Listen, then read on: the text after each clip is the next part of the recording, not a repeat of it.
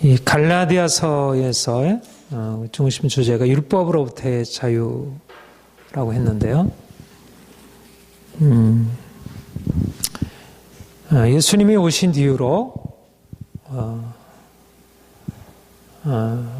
우리 개인적인 삶에 그리고 인류 역사에 근본적인 전환이 일어났고, 그래서 더 이상 이전과 같지 않다는 것, 이제는 새로운 날이 동텄고, 이제는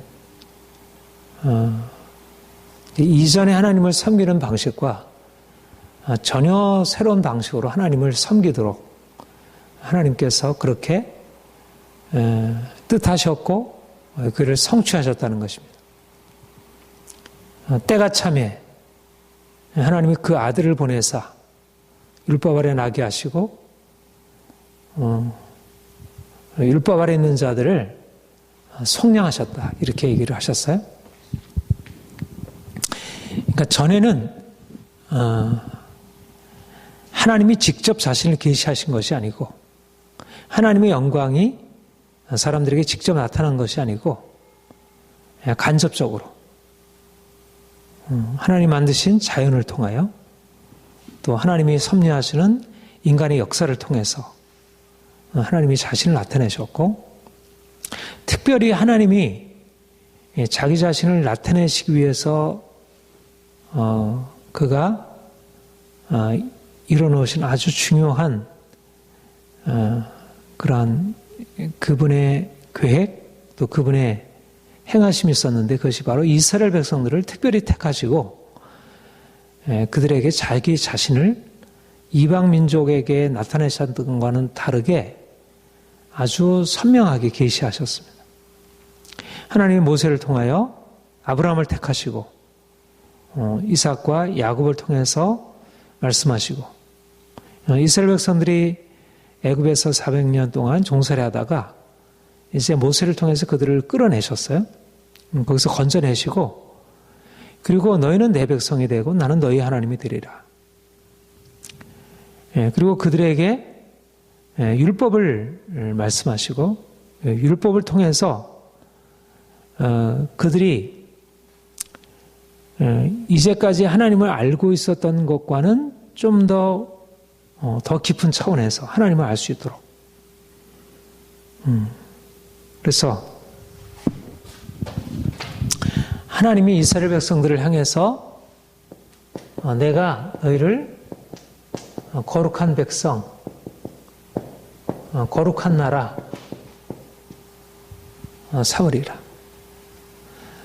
말하자면 모든 만물 위에 뛰어나신 그 하나님이, 그 하나님은 어떤 피조물들과도 동일시될 수 없고 오직 하나님께만 유일한 영광이 있고 그분만이 완전하신 분인데, 하나님이 이스라엘 백성들에게 그 거룩하신 하나님이 이방 백성들에게 나타나셨던 것과는 다르게 특별하게 그들에게 하나님 자신을 드러내시고, 또 그들이 하나님께로 나올 수 있는 길들을 열어주신 것입니다. 그래서 그들이 거룩한 백성으로 하나님의 언약 안에서 하나님 말씀을 지켜 행하고, 또 그들의 말씀을 따라서 살지 못했을 때 그 말씀에서 벗어난 삶을 하나님 앞에 나와 회개하고, 또 죄사함 받고 다시 깨끗함을 얻어서 하나님의 그 거룩한 영광 가운데 살아갈 수 있도록. 그래서 사실 거룩한 백성이라고 하면 하나님의 임재, 하나님의 함께하심.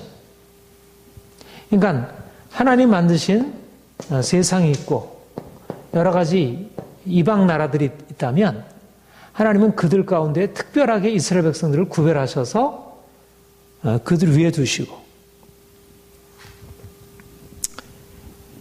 그래서 이스라엘 백성들은 하나님의 택하신 백성, 선민이라 이렇게 일컬어지게 되었죠. 그러니까 이스라엘 백성들이 가지고 있는 여러 가지 많은 조건들이 있었겠지만, 하나님이 그들에게 두신 것은 하나님의 이름을 그 가운데 두셨고 하나님의 특별한 계획을 그들 가운데 말씀하시고 다른 나라에게 보여주지 않았던 그런 특별한 능력과 그런 영광을 나타내 보이시고 그래서 그들은 하나님을 아는 백성이고 하나님을 자랑하는 자들이고 하나님을 예배하는 자들이고 이것이 그들에게 주어졌던 영광이요 특권이었습니다. 그런데 하나님이 이스라엘 백성들의 그렇게 특별한 계획을 가지시고 그들을 인도하셨지만 그러나 하나님이 그들에게 본래적으로 뜻하셨던 그런 거룩함이 그들 안에 이루어지기보다 그들이 이방 나라와 동일하게 그들이 여전히 죄 가운데 하나님을 거역하고 배반하고 그래서 하나님을 경록해 하고 하나님의 심판을 받게 되고 그러니까 이방을 향하여 하나님께서 주신 그 사랑과 비교할 수 없는 사랑을 받았지만 그들이 하나님의 그 사랑에 바로 응답하기보다는 하나님을 거스려 행했죠. 그러니까 진정한 의미에서 그들이 거룩한 백성으로 행하지 못했던 것입니다. 그런데 하나님께서 이제 예수 그리스도를 보내셨고 이제 예수 그리스도로 말미암아 이스라엘 백성들을 하나님이 택하시고 그들에게 말씀하시고 계획하셨지만 이루지 못했던 것을 이제 예수 그리스도를 통하여 비로소 온전하게 그 일들이 이루시게 되신 것. 그러니까 하나님이 이스라엘 백성을 택하셔서 나름대로 그 안에 하나님의 뜻을 말씀하시고 그들 가운데서 하나님이 어떠한 분이시는 알리시고 하나님이 온 세상을 구속하시는 그분의 계획을 나타내셨지만 그러나 그들은 육체라. 그들은 온전한 의미에서 하나님을 알지 못하고 아직은 그들에게 하나님이 누구신지가 아직 다 드러날 수 없었던 것이. 그런데 이제 선지자들이 예언한 대로 예수님이 오셨고 그가 오셔서 이제까지 나타나셨던 것과는 다르게 하나님 자신이 말씀이 육신이 되어 우리 가운데 거하심에 우리가 그 영광을 보니 아버지의 독생자의 영광이요 은혜와 진리가 충만하다. 하나님이 이스라엘 백성들을 택하셔서 그들에게 하나님 자신을 나타내셨고 나름대로 그들에게 말씀하셨지만 온전한 의미에서 하나님의 영광과 그 거룩함과 그 축복이 다 경험되지 못했었고 그들이 여전히 거룩한 백성이지만 여전히 이방 백성들과 동일하게 죄 가운데 있고 저주 아래 있고 그들의 삶이 근본적으로 이방인들과 크게 다름이 없었다는 것입니다. 거룩한 백성이라는 이름은 있었지만 그들에게 온전한 의미의 성취가 없었다는 거죠. 그들에게 할례도 있고 안식일도 있고 여러 가지 많은 제사제도도 있고 음식도 구별해서 먹고 했지만 그것이 그들을 온전하게 세우지 못했던 것이죠.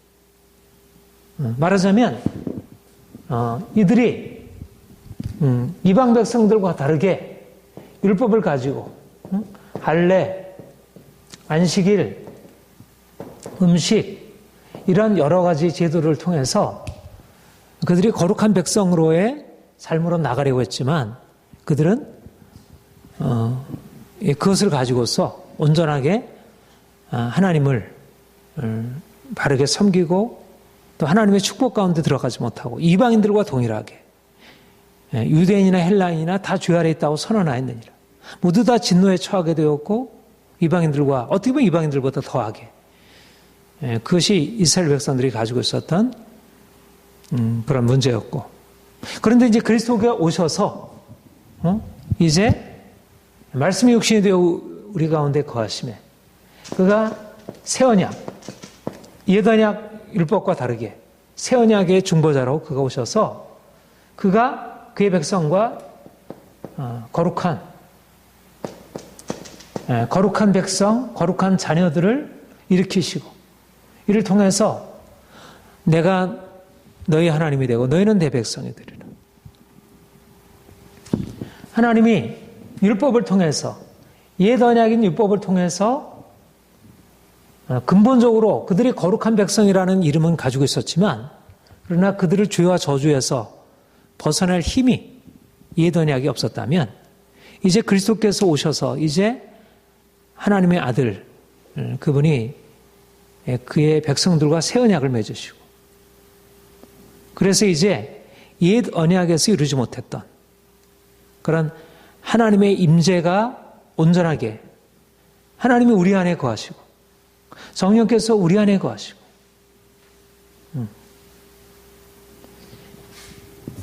율법 안에서 성전 안에 어떤 특별한 장소 안에 어떤 날 안에 하나님이 거하세요. 거룩한 것이 어떠한 장소나 이런 시간 안에서 지한다는 게 아니라 하나님이 연약한 인간 안에 어떻게 보면 이전에는 하나님과 무관하고도 여겨지는 이방인들 안에 일상적인 삶의 안에 들어와서 하나님의 영광과 거룩함이 나타나도록 그렇게 행하셨다는 거죠. 예수님이 오셔서 그러니까 이제 새 언약 이제까지 그리스도께서 오시기 전까지는 아직 나타나지 않았던 하나님의 영광이 나타나게 되고 하나님의 축복이 경험되고 사람들이 이전에 경험하지 못했던 새날이 도래하게 되었다. 이것이 바로 그리스도께서 십자가 부활로 이루시고 성령께서 오셔서 사도를 통해서 계시하신 바이고 많은 사람들이 이 사도들의 복음을 듣고 믿음으로 들어갔을 때 그 믿음으로 들어간 사람들마다 결국 이 새 언약의 축복 안에 들어가고 거룩한 백성이 되고 그들 안에 하나님의 축복이 실제적으로 나타나요. 지금은 구원의 날이요 은혜 받을 만한 때요 보라 지금은 구원의 날. 누구든지 그리스도 안에 있으면 새로운 피조물이라. 이전 것은 지나갔으니 보라 새 것이 되었도다. 하나님이 이제 그 실체가 그 이전에는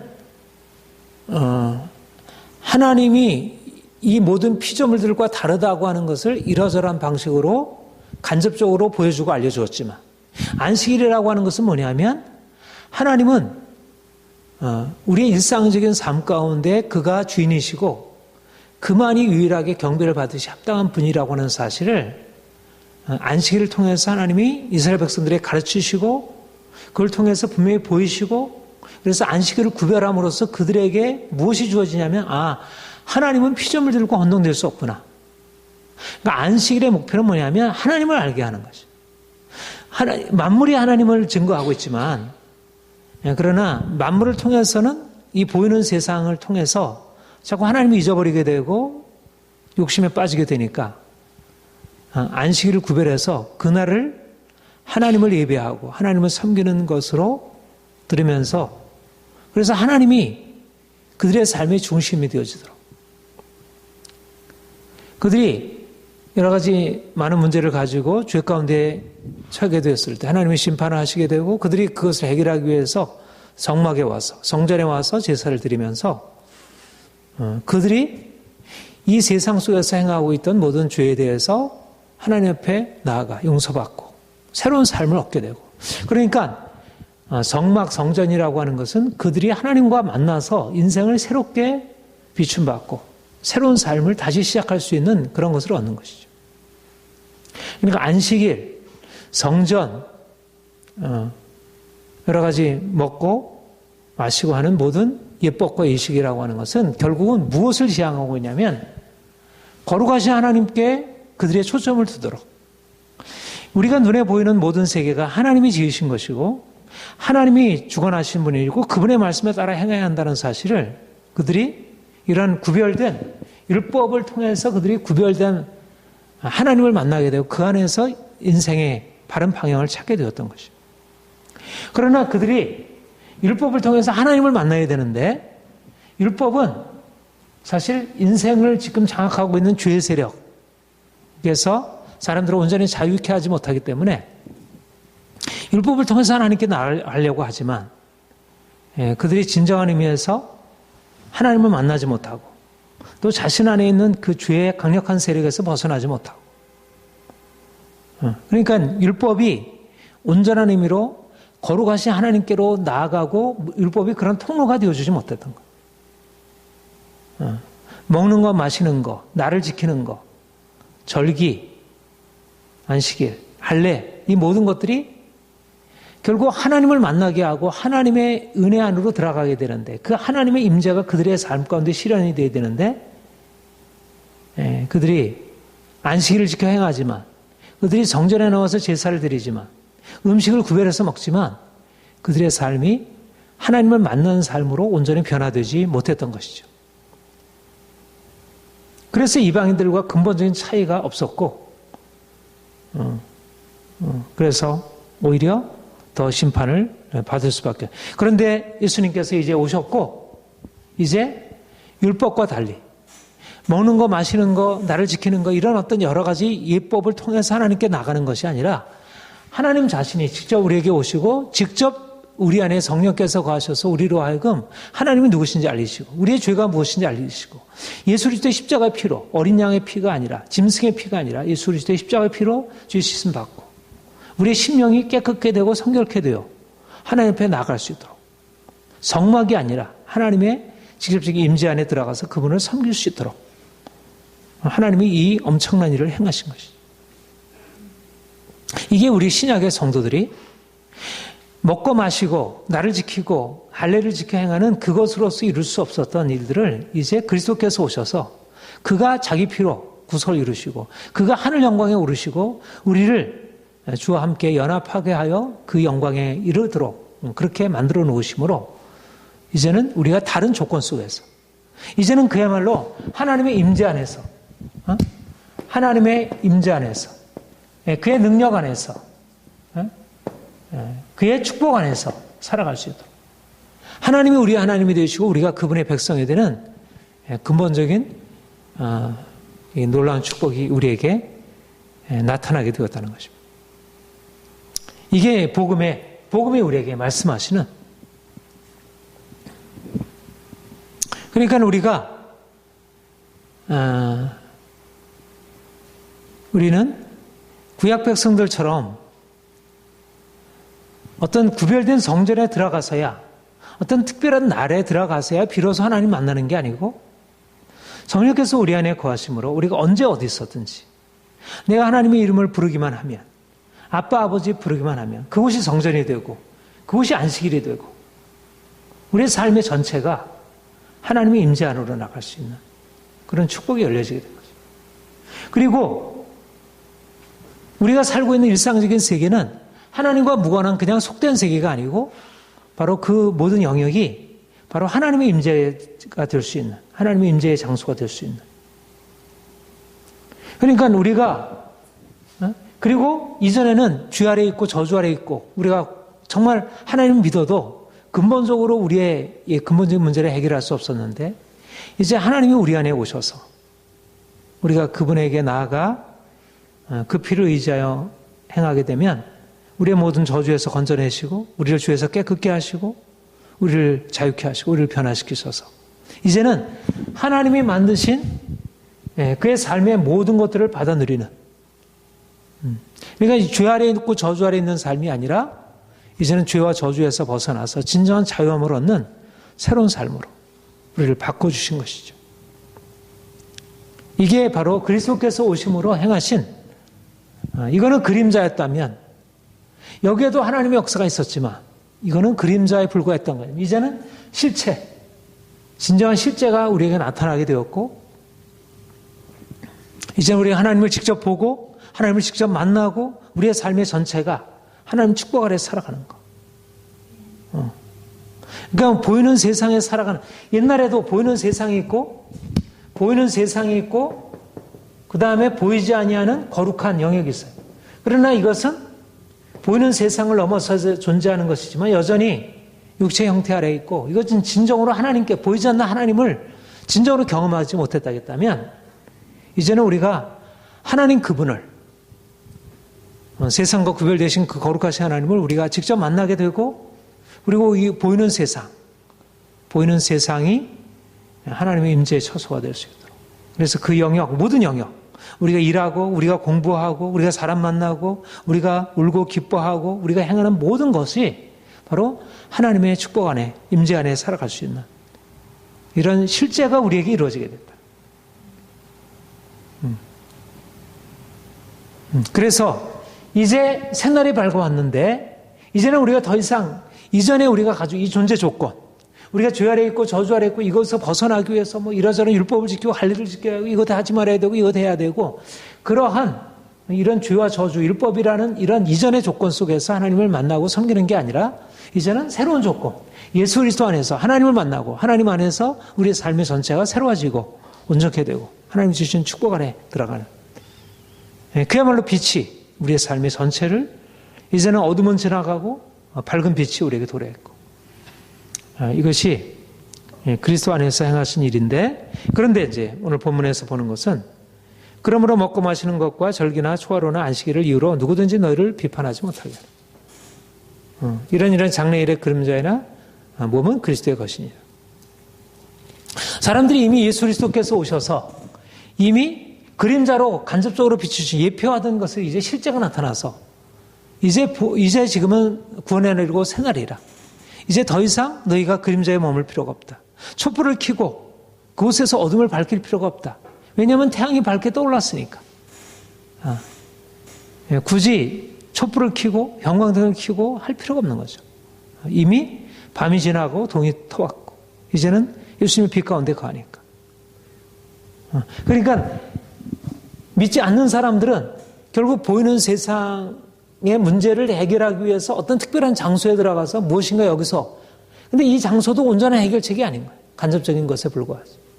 근데 그리스도께서 오셔서 이런 세상도 아니고 이런 어떤 종교적인 어떤 특별한 영역도 아니고 세상과 그런 종교적인 영역을 전체를 포괄하고 그것을 완전히 통합하고 완전히 새롭게 전혀 다르게 하나님의 임재가 나타나는 그것을 우리에게 열어놓으셨고 더 이상 이러한 비판 가운데 들어가 이러한 카테고리 안에서 우리가 이해가 되지 않는 것입니다. 그러니까 그리스도는 전혀 다른 조건 가운데 있다는 거예요. 우리는 보통 말하는 그런 성 속에 이원론적인 구별이 있지 아니하고 이제는 하나님의 임재 안에서 우리가 가는 곳곳마다 거룩한 것이 이루어지고 가는 곳곳마다 죽은 자들이 살아나고 근본적인 변화가 일어나는. 그러니까 우리가 이제 예수 그리스도 안에서 이제 이런 새날을 경험하고 있는데 아직도 많은 사람들이 이 보이지 않는 하나님의 직접적인 임재, 성령으로 말미암아 하나님이 우리의 아버지가 되셔서 그 사랑 부으시고 그의 거룩함을 나타내시고 그 영광 가운데로 들어가는데 결국 그것을 알지 못하고 여전히 보이는 세상에서 여기서 벗어나려고 하고 이것을 가지고 씨름하고 있고 주님이 말씀하시는 것은 너희가 더 이상 율법의 손으로 타지 말아라. 이런 것들이 너희를 좌우하지 말게 하라.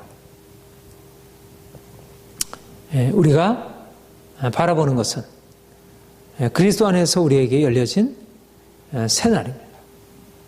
이건 초대교회가 경험한 바이고 그리고 이것은 성령께서 오신 후에 모든 그리스도인들에게 이미 열려져 있는 우리는 다시 옛날로 돌아가서 옛날의 방식으로 그런 종교적인 방식으로 우리가 하나님을 섬기는 게 아니고 우리의 삶의 전체 안에 하나님께서 자기를 나타내시고 그 엄청난 축복을 보시는 것에 대해서 매일매일 경험하는 거죠. 무엇보다 핵심은 그야말로 안식일이나 할례나 먹고 마시는 이 모든 것을 통해서 하려고 했던 건 뭐냐면 이 보이는 세계가 아니라 보이지 않는 하나님을 만나서 알려고 하는 거예요. 그래서 이스라엘 백성들이 그들이 여러 가지 축복도 받고 있지만 그들이 가지고 있던 자부심은 뭐냐면 하나님을 그들이 아는 백성이에요. 하나님이 그들 가운데 계시다는 것고 하나님이 그들에게 말씀하시고 하나님이 그들을 이끌어 가신다는 것이에요. 그런데 그들이 알고 있는 하나님은 진짜 온전한 의미에서 하나님이 아니었다는 거예요.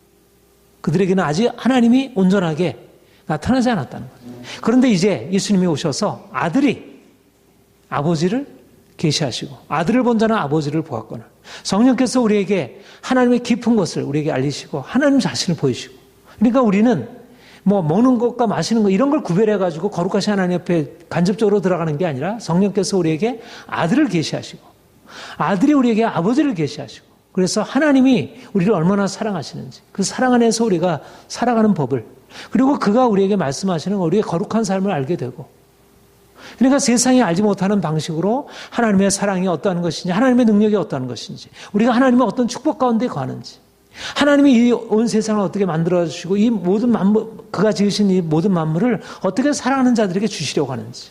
그러니까 우리가 보이는 것에 따라서 염려하고 근심하고 행하는 것이 아니라 우리 하나님이 우리 인생을 어떻게 존귀케 하셨는지, 세상이 알지 못하는 그런 존귀함을 우리에게 허락하셨는지, 그것을 우리가 성령으로 말미암아 우리에게 알고 있는 것이죠. 그러니까 구약의 하나님 백성들도 그들이 그렇게 간접적으로 하나님을 알았지만 요셉이나 모세나 다윗이나 그런 하나님의 사람들이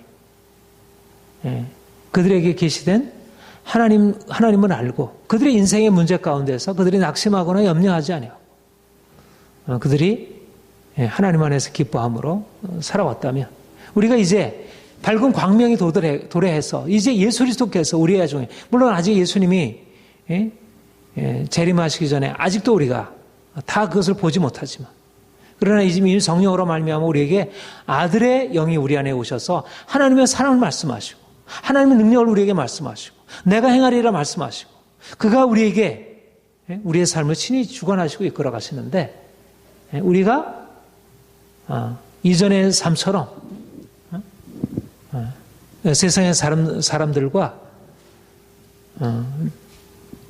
같이 살아갈 수 없는 것이죠. 그리고 이스라엘 백성들이 행했던 것처럼 그렇게 실패의 삶을 살아가지 않는 것이죠. 이스라엘 백성들은 아직도 분명하지 않았으니까. 그럴 수 있지만 우리에게는 이제 너무 분명하게, 마치 대낮과 같이 우리에게 너무 명백하게 하나님이 우리 안에 행하시는 것들이. 그러니까 이제 우리의 삶이 이 전체가, 그러니까 우리의 삶 전체가 이제 하나님의 사랑 안에 있고 하나님의 은혜 안에 있고 하나님이 우리를 축복하시는 축복 아래에 있고, 그래서 모든 저주는 더 이상 우리를 어떻게 할 수 없는 그런 새로운 조건 가운데 있다는 것. 그래서 뭐라고 얘기를 하냐면 19절 같이 읽겠습니다. 시작. 머리를 붙들지 않은지라 온몸이 머리로 말미암아 마디와 힘술로 공포함을 받고 연합하여 하나님이 자라게 하심으로. 그러니까는 결국은 우리는 더 이상 율법에 따라서 이것을 해라 이거 하지 말라. 그러니까 세상적인 어떤 기준에 따라서 또는 어떤 종교적인 기준에 따라서 행하는 자들이 아니라 우리는 그리스도와 연합하여 머리 되신 그분이, 그의 머리 되신 그분이 우리에게 말씀하시고 그가 우리에게 공급하시고 그가 우리에게 역사하시고 우리는 그것을 받아서 그 하늘의 생명이 우리 안에 작동하고 그것을 통해서 우리의 삶에 근본적인 변화가. 그러니까 우리는 이게 이제 아까 말씀드린 대로 이스라엘 백성들의 능력은 바로 그들이 하나님께로부터 하나님의 말씀이 그들에 있고 하나님의 능력이 그들에 있고 하나님의 보호가 그들에 있다는 이 보이지 아니하는 그들이 먹는 것, 안식일을 지켜 행하는 그 모든 것의 초점은 그들의 시선을 하나님께 두르게 하는 것이었어요. 그런데 그 하나님께 두지만 그들은 아직까지 하나님께 대한 명백한 이해와 그런 시야를 갖지 못했었죠. 그런데 이제 우리에게 하늘이 열리고 하늘에 오신 그분이 우리에게 하늘로부터 말씀하시고 이제 우리가 그리스도와 연결되어서 그 하늘에서 오신 그 생명의 축복이 우리에게 주어지고 전달되고 우리는 그 하늘의 능력과 권세 안으로 들어가서 그것 가지고 살아가는 거죠. 머리로부터 우리에게 그분의 생명이 공급이 되고 그 생명의 능력으로 죽은 자를 살리신 하나님, 우리의 모든 죄와 우리의 모든 더러운 것을 깨끗하게 구별하시고 우리를 새롭게 하신 그 하나님. 그러니까 만약 하늘로부터 우리에게 그 축복이 나타나게 될 때 이 바깥에서부터 들어오는 그리고 이 영적으로 우리를 공격해오는 그 모든 것들이 이 그리스도께로부터 우리에게 주어지는 이 모든 것을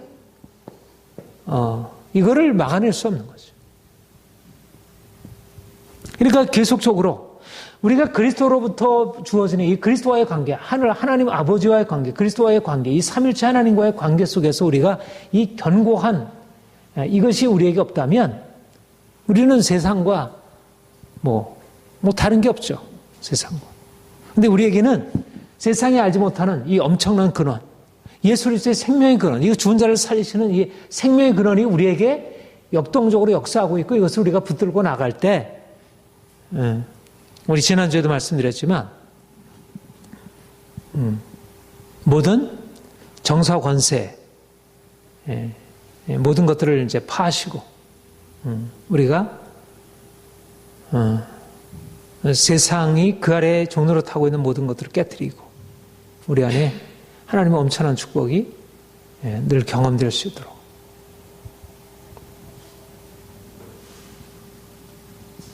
그래서 우리가 날마다 우리가 그리스도를 붙드는 것입니다. 머리를 붙들고 그가 우리에게 행하신 일들을 우리가 끊임없이 공급을 받는 것입니다. 끊임없이. 우리에게 필요한 것은 끊임없이 주께로부터 오는 그 십자가의 능력과 그 부활의 능력과 그 생명의 능력이 우리에게 흘러 들어와서 영원한 생명이 오면 어떤 것도 우리를 넘어뜨릴 수 없고 우리의 끊임없이 영원한 생수가 우리의 배에서 흘러나가게 되고 우리는 더 강력한 능력으로 그래서 이제 이걸 가지고 세상을 자유케 하고 이걸 가지고 위로부터 주님께로 공급받으니까 이제는 이거를 깨뜨리고 그리고 이제 이 세상을 향해서 이제 뻗어가는 거지. 그러니까 안식일이나 음식이나 뭐 이런 어떤 제도적인 종교적인 것을 가지고 세상을 변화시킬 수가 없는 거예요. 그런데 그리스도의 능력이 우리에게 주어지게 되면 결국 이 세상 모든 만물을 창조하신 주님이 모든 세상 만물을 홀로 주관하시는 주분이 우리의 생명 되셔서 우리를 그분의 생명으로 이끌어 가시니까 우리가 이제까지 경험하지 못했던 일들에로 우리가 들어가는 것입니다. 이게 그리스도의 몸된 교회에 하나님께서 허락하신 권세이고 영광이라 이렇게 말할 수가 있겠습니다. 자, 우리 20절 우리 같이 읽겠습니다. 시작. 너희가 세상의 초동학문에서 그리스도와 함께 죽었거든 어찌하여 세상에 사는 것 같이 그리하여 순종하니. 그러니까 이제 앞에 있는 것은 유대인들이 지켜왔던 유대교의 율법 아래에서 그들이 붙들고 있었던 모세 율법의 계명들을 따라 행하는 문제였다면 여기는 일반적으로 이건 영재주의가 말하는 금욕주의적 율법을 말하고 있는데 모세 율법도 그러하고요. 다른 종교 율법들도 결국은 뭔가 보이는 세상을 넘어서 있는 참된 실제가 보이는 세상보다 더 근원적인 데 있다는 거예요. 이 세상 배후에 이 세상의 보다 깊은 근원에 참된 실제가 있고 그러니까 이 세상은 하나의 보이지 아니하는 어떤 근원적인 것에 의해서 설명되고 그것을 통해서만 온전하게 해결될 수 있다는 그런 믿음이 있는 거죠. 불교, 뭐 유교, 힌두교, 이슬람 다 이제 그런. 그리고 그와 같은 말하자면 이 보이는 세상을 온전하게 살아가려면 이게 굉장히 위험하고 문제가 많이 있어요. 굉장히 문제가 많아요. 그러려면 그 온전하게 되려면 뭔가 그것을 어떤 신적인 어떤 신성과 이렇게 만나야 되는데 그 신성과의 만남을 통해서 나타나는 것이 여러 가지 규율들이고 계명이고 율법이고 어떤 신적인 질서가 이 안에 형성. 그러니까 보이는 세상의 질서, 이 세속적인 질서가 있고 어떤 종교적인 이 신성한 질서가 있는 거예요. 그러니까 유교에도 여러 가지 제사 제도들이 있고 그리고 거기에 따른 이러저러한 규범들이 존재하죠. 그러니까 보이는 세상 이런 질서보다도 오늘날에 이게 이제 사라졌지만 고대 세계는 이 보이는 속된 질서보다 이 거룩한 질서가 더 우위를 가지고 있고 이 안에서 살아가려면 보이는 세상을 넘어서서 어떤 신적인 것으로 의해서 살아가는 그런 많은 규범, 규율들. 그런데 이 규율들이 가지고 있는 특징은 보이는 세상은 인간의 어떤 욕망, 내가 먹고 마시고 있고 하고 싶은 거, 우리의 어떤 욕구 충동에 따라서 이렇게 살아가는 것이라면 이쪽은 이런 욕망을 절제하고 이런 것들을 내려놓고 보다 철저하게 좀 도덕적이고. 그래서 이제 모든 종교들의 기본적인 특성은 금욕주의적인 특색을 가지고 있는 것이죠. 그러니까 이스라엘 백성들에게 하나님께 주셨던 그런 이제 먹는 거 마시는 것의 규범도 이것들 먹어라, 이것들 먹지 말라 하는 이제 그런 이제 금령들이 있고 또 이런 것을 만지면 부정하게 되고 이것들은 가서는 안 되고 여기는 가야 되고 하는 많은 것들이 이제 죽었어요. 그것들이 어떤 도덕적인 오늘날도 여전히 타당한 것들이 있지만 그러나 그것은 진정한 의미에서 하나님께로 나가게 하는 것도 아니고 또 그것이 인간의 삶 안에 있는 진정한 도덕성을 위한 것도 아니고 그런데도 그러나 결국 하나님이 오셔서 그리스도께서 오시기 전에는 이런 성과 속에 이중적인 질서가 존재하고 있고 사람들은 한편으로 이곳에 살면서 또 이곳에 들어가서 뭔가 어떤 도움을 받아서 이 세속적인 질서를 영위하려고 했다. 모든 동서양을 막론하고 이것이 모든 역사 속에서 발견되는 모습이죠. 예수님 오셨을 당시에도 유대인들에게는 유대교회 그런 종교적인 질서가 있었고 이방인들에게는 이방인들로고 헬라의 여러 가지 신화들이 있고 또 거기에 따른 종교적인 질서가 있고 거기에 규율이 있고 또 동양에서도 불교, 이슬람교, 힌두교 이와 같은 다 종교적인 질서가 각기 문명마다 이제 존재하고 있었던 것입니다. 그런데 주님께서 오셔서 행하실 일이 뭐냐면 이게 더 이상 여기에 거룩함이 있지 않고 이것을 먹고 이것을 마시고 이것을 먹지 말고 이것을 마시지 말고 하라고 하는 이러한 어떤 금령들 안에 그런 거룩함이 있지 아니하고 예수 그리스도께서 거룩하신 분이고 그리고 그분을 만나서 그분과 함께 죽고 그분과 함께 다시 산 자는 하나님을 만난 자이고 하나님의 거룩함이 그 안에 거하고 있다는 전혀 새로운 거룩함에 대한 새로운 정의를 열어놓으신 것입니다. 그들은 여러 가지 많은 규율을 지켜 행하고 많은 어떤 이런 종교적인 의식을 통해서 그들이 하나님을 만나고 그들이 진정으로 어떤 실제에 접근한다고 생각했는데 그런 제사장들이 있었고 사람들은 그 제사장들의 도움을 받아가지고 이 세상을 보다 좀 더 좀 온전하게 안전하게 이렇게 만들어갈 수 있다고 생각했는데 예수님께서 오셔서 이것이 아니란다. 이게 거룩함이 아니란다. 이것이 너희를 새롭게 하지 못하고 이것이 너희를 온전하게 하지 못하고 이것을 위해서 이러저러하게 먹지 않고 어떤 육체의 욕망을 이렇게 금하고 통제하는 것이 너희를 결코 자유케 하지 못한다. 그리고 이제 예수 그리스도 안에 진정한 거룩함이 있고 진정한 생명이 있고 그래서 이제 예수 그리스도 그분이 거룩함이고 그분 안에 존재하는 그분과 함께 그분의 연합한 몸, 교회, 그의 말씀 안에 살아가는 삶, 그분과 함께 연합해서 살아가는 그분과 함께 교류함이 어떤 이런 외적인 질서 이것을 먹고 마시고 행하는 것이 아니라 그분이 우리의 생명되고 그분 안에 있기만 하면 우리의 삶의 전체가 우리의 육체가 이전에는 육체 자체가 죄의 도구가 되고 육체 자체를 인정하는 것은 곧 인간의 삶을 뭔가 죄악 가운데 빠뜨리고 그래서 공경 가운데 빠뜨리고 내가 하고 싶은 것을 하는 것은 결국 인간을 고통으로 이끌어가는 그러니까 아주 금욕적이고 그런데 이제 그리스도께서 오셔서 이것은 아무런 필요도 없고 이제는 그리스도 안에서 네가 먹을 수 있고 마실 수 있고 네가 어디로든지 갈 수가 있고 거룩함은 내 안에 있는 것입니다. 내가 거룩한 자예요. 예수 그리스도 안에 있는 내가 거룩한 자예요.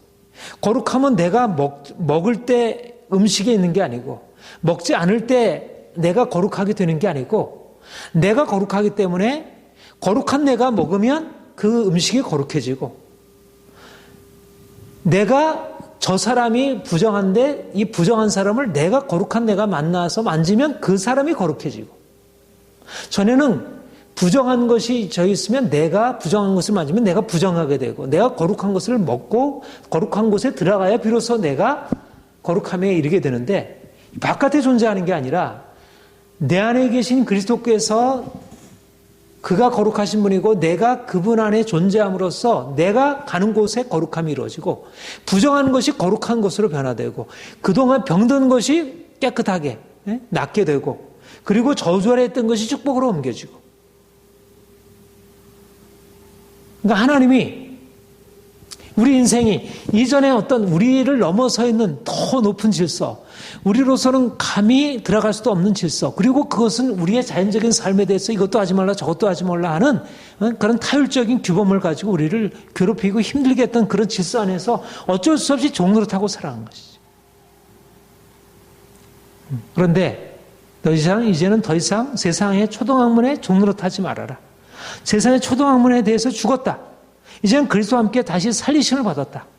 그리스도가 함께 내가 그리스도와 함께 연합하게 될 때 더 이상 세상에서 많은 사람들이 그 안에 굴복하고 있는 모든 세상 질서, 종교적인 질서, 그런 종교적인 교율들이 이제 더 이상 너희를 향하여 아무런 영향력, 그런 규범적인 능력이 더 이상 존재하지 않는다.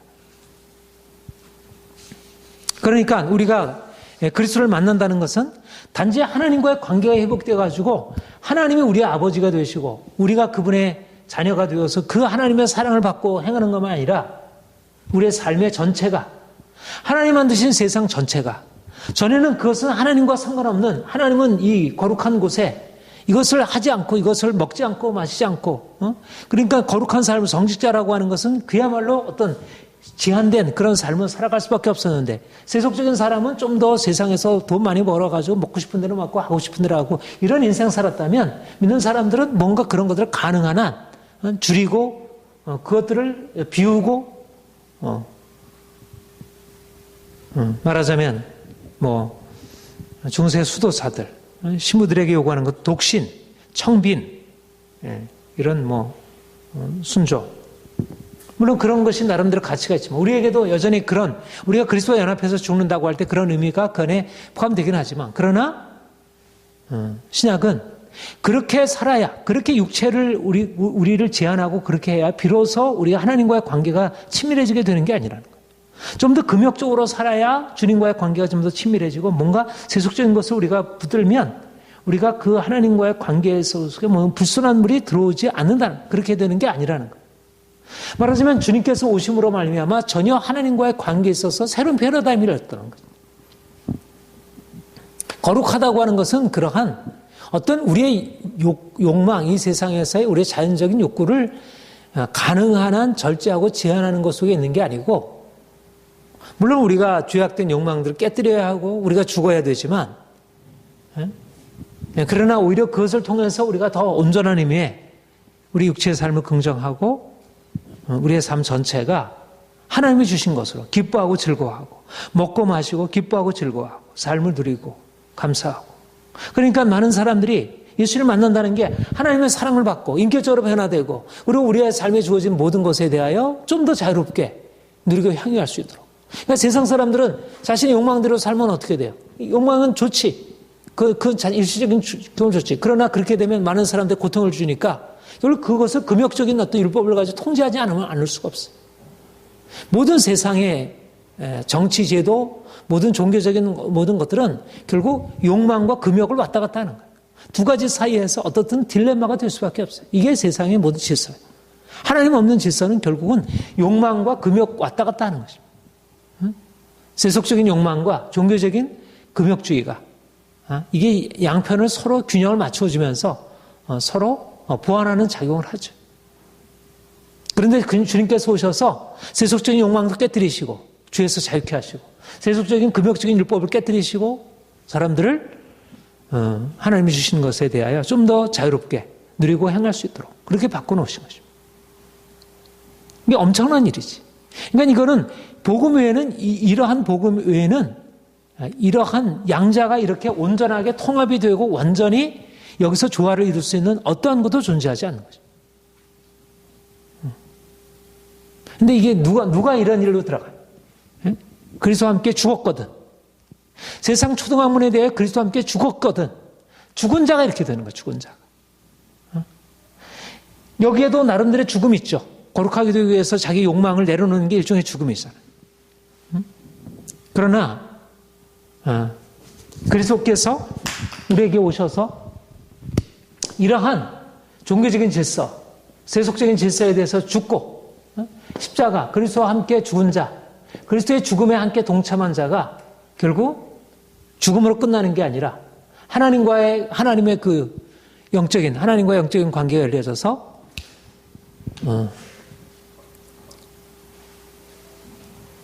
하나님의 사랑을 경험하고 하나님의 그 거룩함을 알고 하나님의 말씀을 듣고 하나님께 순종하고 그리고 그거를 통해서 하나님이 만드신 모든 세계가 바로 우리의 유업이 되고 우리가 그것을 누리고 살아갈 수 있도록. 그러니까 우리가 천국 가서 비로소 하나님의 유업을 누리는 게 아니라 우리가 하나님을 알게 되면서 우리가 이제까지 세상 사람들이 결국 그것을 붙들었다가는 다 욕망에 빠져가지고 그들이 다른 사람을 해하고 비도덕적으로 그렇게 떨어질 수밖에 없다고 여겨지는 그러한 부와 명예와 권세와 이 모든 것들을 가지고서도 우리가 거룩함을 잃지 않을 수 있는 말하자면 놀라운 기적적인 삶을 하나님께서 우리에게 열어주셨다는 것입니다.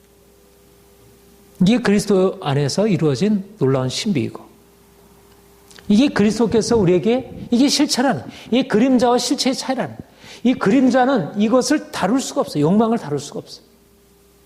근본적으로. 그런데 그리스도께서 오시면 욕망이 다뤄지는 것입니다. 그리고 욕망이 다뤄지는 게 해서 욕망을 다 부정하는 게 아니고 여기처럼 건강하게 살려주고 그래서 하나님이 주신 것을 진정으로 기뻐할 수 있도록. 그러니까 기독교가 살아있는 곳, 세상이 건강하게 회복이 되는 거죠. 마음이 회복이 되고 육체가 회복이 되고 관계가 회복이 되고 사회가 건전해지고 변화가 일어나는 거예요. 오늘날 종교의 힘이 물러나면서 사회가 너무 욕망으로 가득 찬 그러니까 욕망이 가득 차니까 이 욕망을 절제하기 위해서 종교가 또 일어나고 있지. 그런데 종교는 또 삶을 또 왜곡하고 기독교는 결코 금욕주의와는 근본적으로 차원이 달라요. 그런 의미에서 캐톨릭과는 달라요. 캐톨릭은 기독교의 진리를 부분적으로 가지고 있지만 캐톨릭은 여전히 이 범주 안에서 기독교를 이해하고 설명하는 거죠. 불교와 유사하고 힌두교와 유사하고 욕망을 다스리기 위해서 금욕적인 방식으로. 그러니까 사람들은 친숙하지. 왜냐하면 자신들이 어느 정도 이해할 수 있고 들어갈 수 있는 것이니까. 자신들의 삶에 힘을 좀 힘들게 하긴 해도 좀 이해가 되는 거예요. 그런데 그리스도 안에서 주어지는 이 진정한 자유, 진정한 것은 잘 모르죠.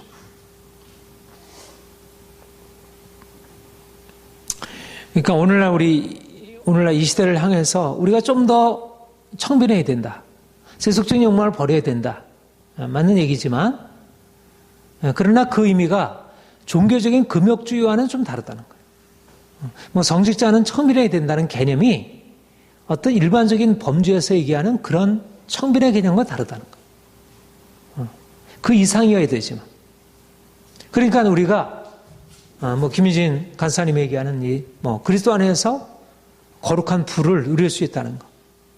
우리가 정말 주님을 신실하게 섬기면서도 우리가 정말 욕심 없이 깨끗하게 살아가면서도 우리가 진정한 부요를 누리고 살아갈 수 있다는 것. 이게 가능한 것은 그리스도와 함께 죽었기 때문에 그렇게 된다.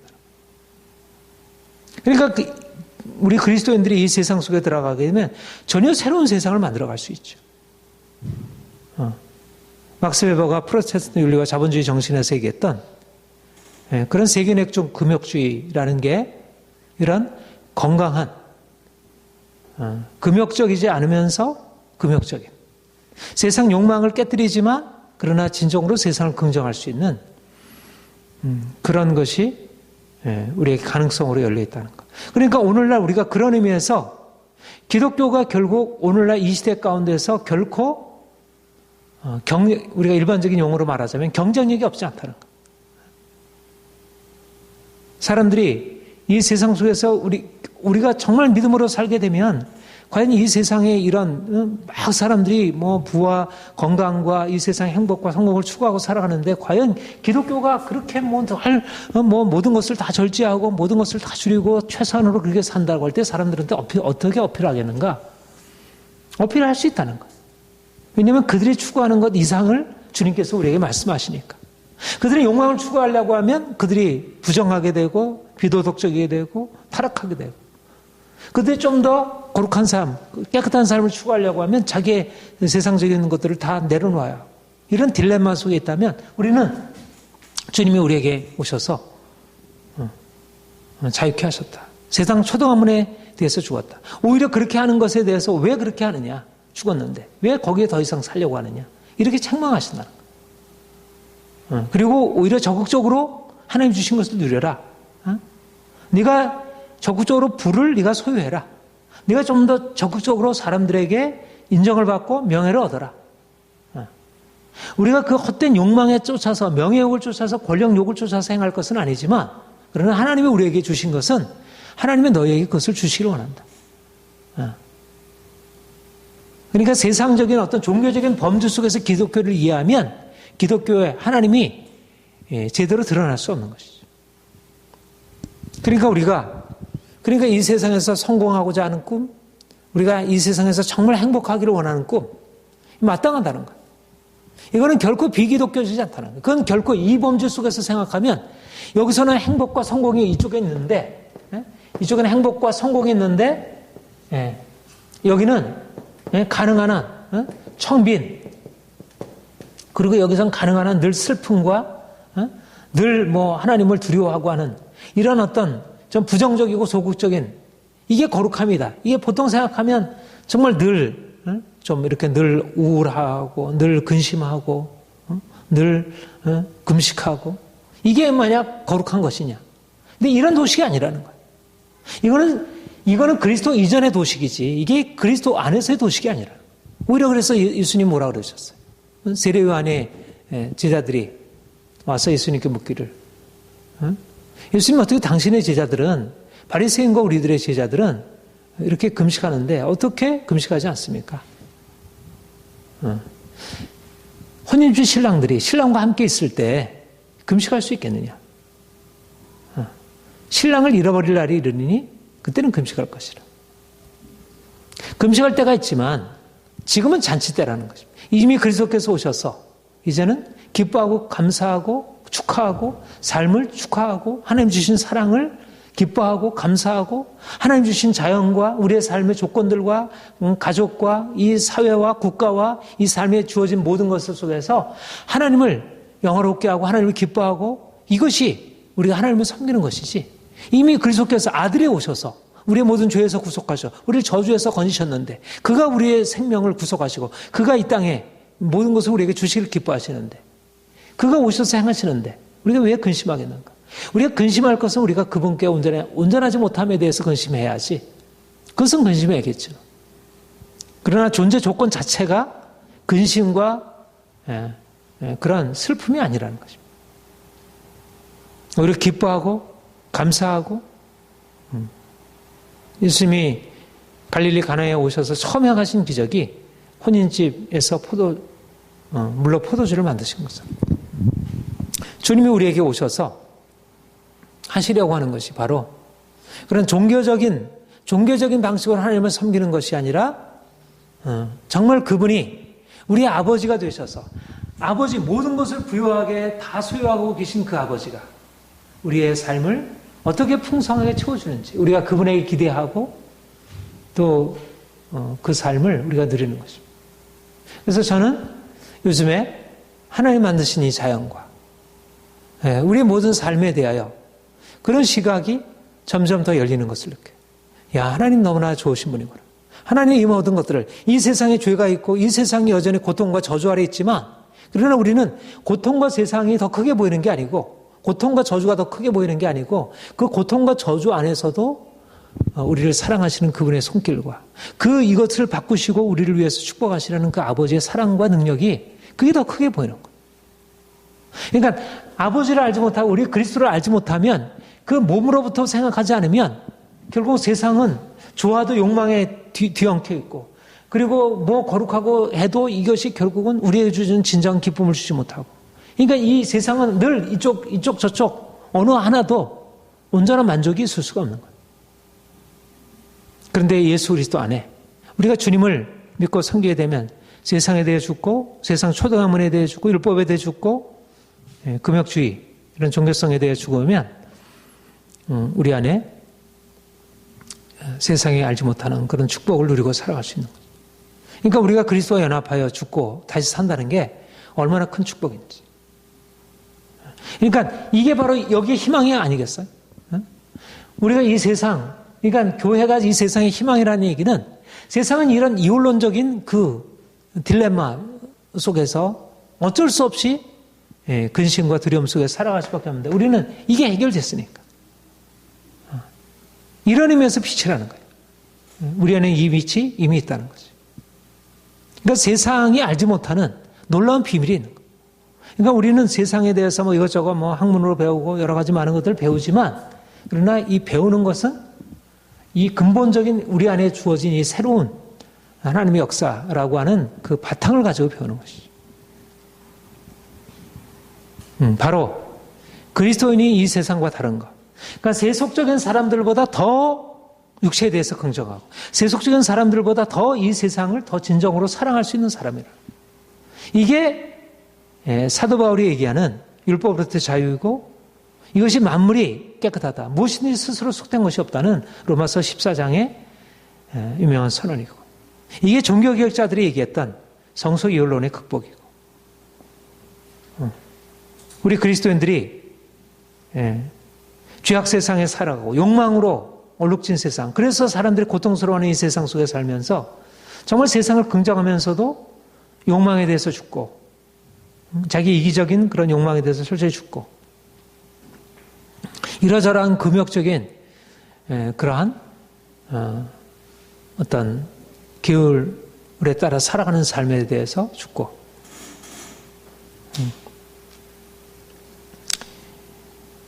세상은 우리를 이렇게 살릴 수는 없어요. 이렇게 우리를 죽이고 이렇게 온전한 방식으로 살릴 수 없어요. 이게 영원한 생명의 의미라는 거예요.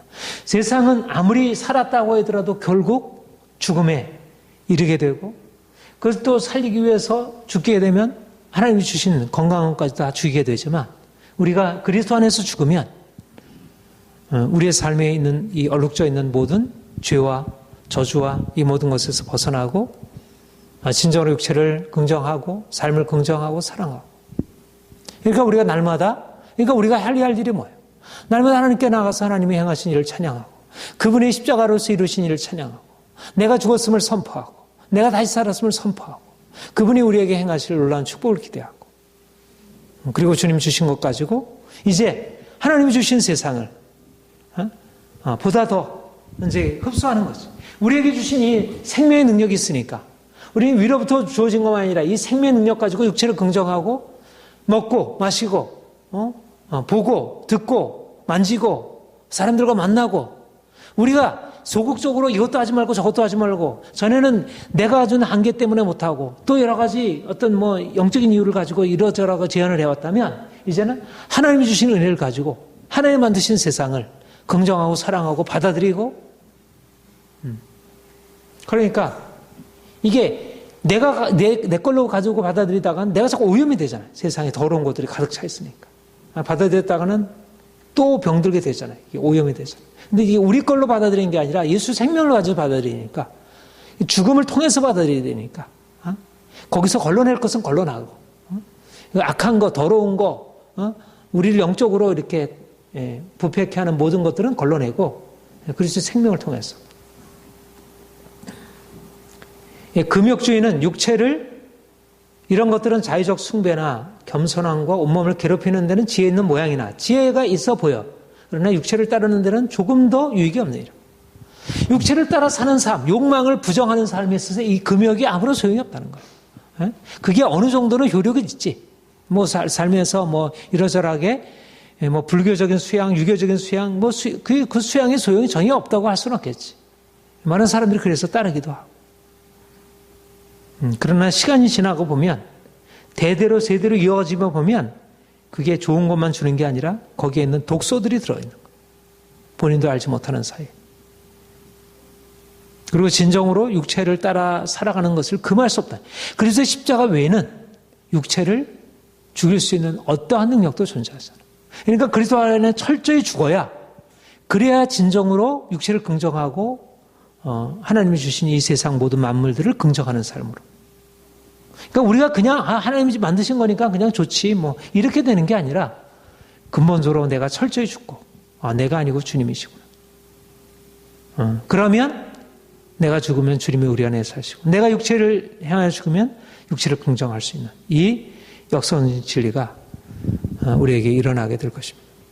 주님이 우리에게 이제 이 놀라운 축복의 길을 열어놓으셨고 더 깊이 들어와서 종교를 넘어서는 새로운 생명의 이 가르침, 이 빛. 이 종교라는 것은 모든 가장 높은 가르침이라는 거죠. 그런데 그 종교를 넘어서는 하나님의 진리. 그리고 그게 우리의 삶 모든 것을 진정으로 회복시켜서 놀랍게 하셔요. 그러니까 너무 자부심을 가져요. 지금 당장 나타나지 않아도. 세상 사람들을, 그러니까 우리가 세상을 바라보고 세상에서 뭔가를 배울 게 아니고 세상이 우리를 향해서 우리에게 도움을 달라. 우리가 어떻게 하면 살아갈 수 있겠느냐? 우리 가정이 어떻게 하면 회복될 수 있겠느냐? 이 사회가 어떻게 하면 나을 수 있겠느냐? 그게 여기에만 있다는 거예요. 여기에만 참 빛이 있다는 거예요.